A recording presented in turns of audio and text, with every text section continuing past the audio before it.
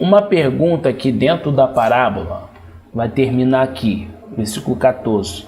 Porque muitos são chamados, mas poucos escolhidos. Eu quero fazer aqui uma pergunta, algumas perguntas. O povo da parábola, amados, eles não quiseram aceitar o convite porque não foram escolhidos por Deus? É uma pergunta. Esse povo da parábola não quiseram aceitar o convite que Deus envia os seus servos a fazerem a ele, porque eles não foram escolhidos por Deus? Ou não foram escolhidos porque não aceitaram o convite? Pensa bem, raciocine um pouco comigo. Eles não foram escolhidos porque não aceitaram o convite? Eles não quiseram aceitar o convite porque não foram escolhidos? O que faz mais sentido, tem mais lógica, mais coerência com a palavra de Deus? É óbvio que eles não foram escolhidos porque não aceitaram o convite. Porque não tem essa, Deus determinou eles para eles não aceitar o convite. Deus que predestinou, escolheu para eles não aceitarem o convite. Por isso porque eles não foram escolhidos por Deus. Os que foram escolhidos, os calvinistas vão dizer, os que foram escolhidos por Deus, né, esses vão aceitar o convite. Os que foram escolhidos por Deus eles não têm livre-arbítrio, eles não têm escolha. Deus escolheu na sua soberania e ponto final. Deus não escolhe de acordo com a sua soberania. Deus é soberano? Mas o conceito de soberania de Deus, né, nos olhos, né, na mente, na filosofia calvinista é ridículo, chega a ser ridículo, é um absurdo.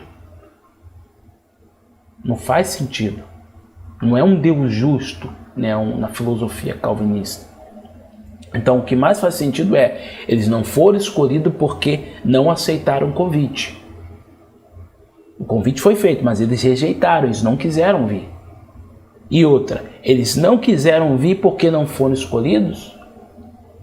É uma pergunta. Eles não quiseram vir porque não foram escolhidos, porque eles não eram escolhidos, porque o texto vai falar, e não quiseram vir. Eles não quiseram vir por quê? Porque Deus não escolheu eles? Não faz sentido. O mais correto eles não foram escolhidos porque não quiseram vir. Aí que está o ponto.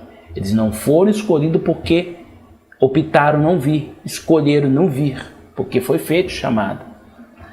E a gente vai ler aqui, Tito 2,11. Porquanto a graça de Deus se manifestou salvadora a todos os homens. A graça de Deus se manifestou salvadora a todos os homens, sem exceção. Deus amou o mundo de tal maneira que deu seu Filho unigênito para que todo aquele que nele crê não pereça, mas tenha vida eterna. 1 Timóteo 2, do 4 ao 6. O qual deseja que todos os homens sejam salvos e cheguem ao pleno conhecimento da verdade. Deus deseja que todos os homens sejam salvos. Vê se tem coerência com os calvinistas. Eles vão dizer assim: a graça é para salvar só alguns. Expiação, que é a historinha de expiação limitada, coisas que eles inventaram. Deus só vai salvar alguns. Nós vemos nas escrituras que é só alguns que serão salvos. É óbvio, não são todos que serão salvos na humanidade. Por quê? Por causa das escolhas que cada um fizeram. Não é porque Deus arbitrariamente pegou um grupo, pronto, esse aqui eu vou salvar, todos estão perdidos, vou pegar esses e vou escolher salvar, esses não.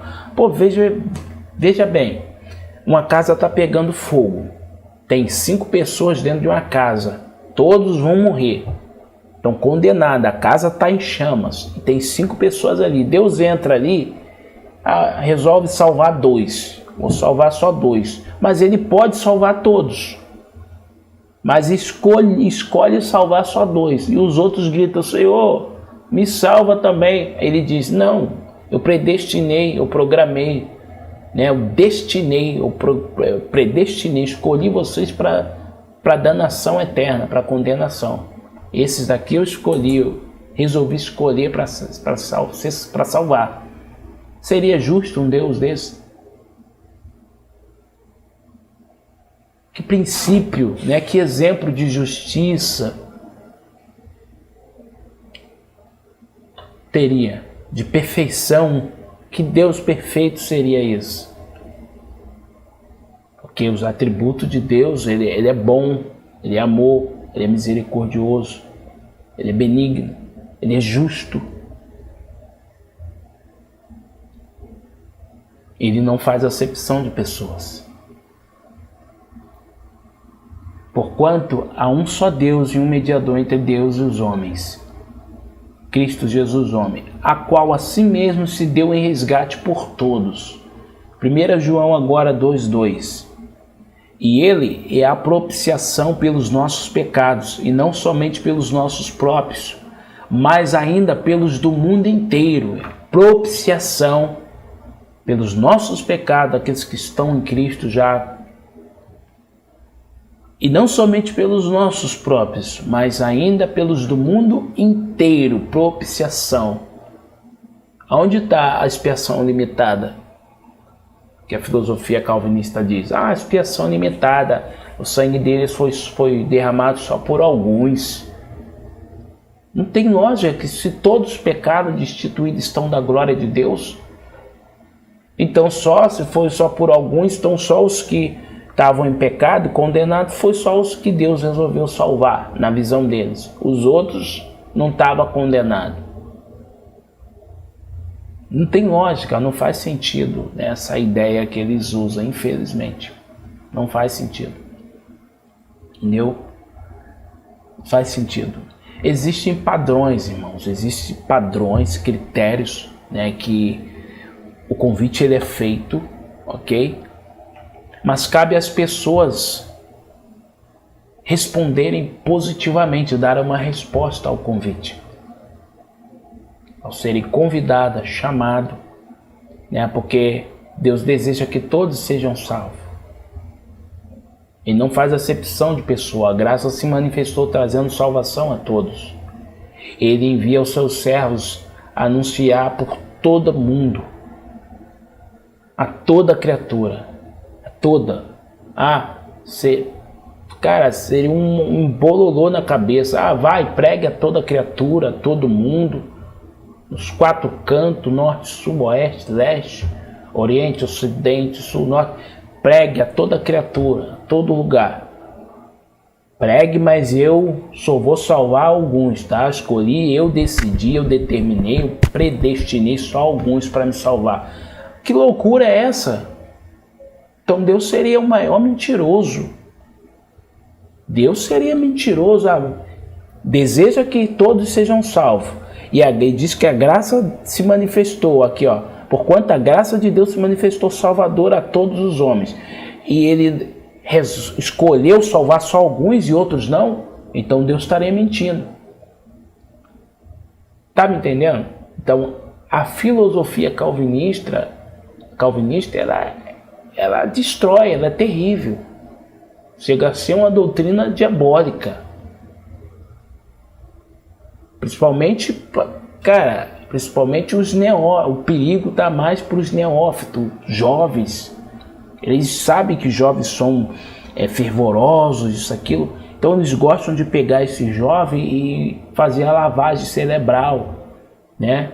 A manipulação deles, a manobra, né? O malabarismo teológico, com palavras feitas, aparentemente bonitas, isso, aquilo, Aí os jovens vão, faz sentido, é bonito, é profundo isso, mas com pouco conhecimento que tem, fica fácil cair, fica fácil ser enganado. Então, estudar, meditar, conhecer a palavra de Deus a fundo, o contexto geral, é muito importante. Próprios textos que eles usam para defender a linha, né, a filosofia calvinista deles, a ideia, o pensamento, né, vãs filosofias que Paulo fala, né, o próprio texto que eles usam dá para desfazer a doutrina calvinista. Eu não estou pregando aqui contra os calvinistas, os irmãos calvinistas, mas contra essa filosofia, contra essa ideia, esse pensamento calvinista, essa filosofia, essa doutrina, que é a doutrina diabólica, a doutrina de demônio. É perigosa, é veneno. O Espírito e a noiva dizem vem. Aquele que ouve, diga vem. Aquele que tem sede, venha. E quem quiser, receba de graça da água da vida. Quem quiser. Quem quiser. Ele está à porta e bate. Ele não romba, ele não força. Ele não obriga ninguém. Ele não obriga ninguém a nascer de novo. Ele está à porta e bate. Ele faz o convite. Nós, ao ouvir o convite, o Evangelho, nós cremos e clamamos, invocamos Teu nome, nos arrependemos, pedimos perdão, clamamos pela Sua salvação, cremos no Seu sacrifício, na graça, no amor de Deus. O que está destinado é o destino que Deus estabeleceu, vida eterna e condenação eterna. Não é as nossas vontades, é as nossas escolhas que Ele destinou, que Ele predestinou. Tem a eleição, a predestinação bíblica, tem. Ou seja, eleitos em Cristo. Eleitos em Cristo. E os que estão em Cristo, obviamente, predestinados à vida eterna. Vou dar um exemplo rápido para nós finalizar. Vamos supor que Cristo é um avião. Ele está indo em direção a um destino. Cristo nos leva, esse avião vai nos levar a um destino, a vida eterna. E todos que pegarem esse avião, pronto, peguei esse avião. Obviamente esse avião vai me levar ao destino, ou seja, eu estando nesse avião, eu estou predestinado à vida eterna. Agora, se eu quiser sair desse avião, pular desse avião, soltar de paraquedas, pular dele, não quiser mais ficar nele, ou exemplo de um barco também, um navio está indo para um destino, Cristo é esse barco, eu resolvo pular fora desse barco, eu vou perder o destino. Eu não vou para o destino que está estabelecido, para onde Cristo está indo. Eu posso cair dentro do barco, cair ali no barco, levanto, continuo, mas eu estou ainda no destino. Você vem em Cristo, né? Ele nos abençoou, Deus Pai nos abençoou com todas as bênçãos celestiais, nas regiões celestiais em Cristo. Isso fala da glória, da glorificação, da vida eterna, da glorificação do corpo, do que nos está preparado.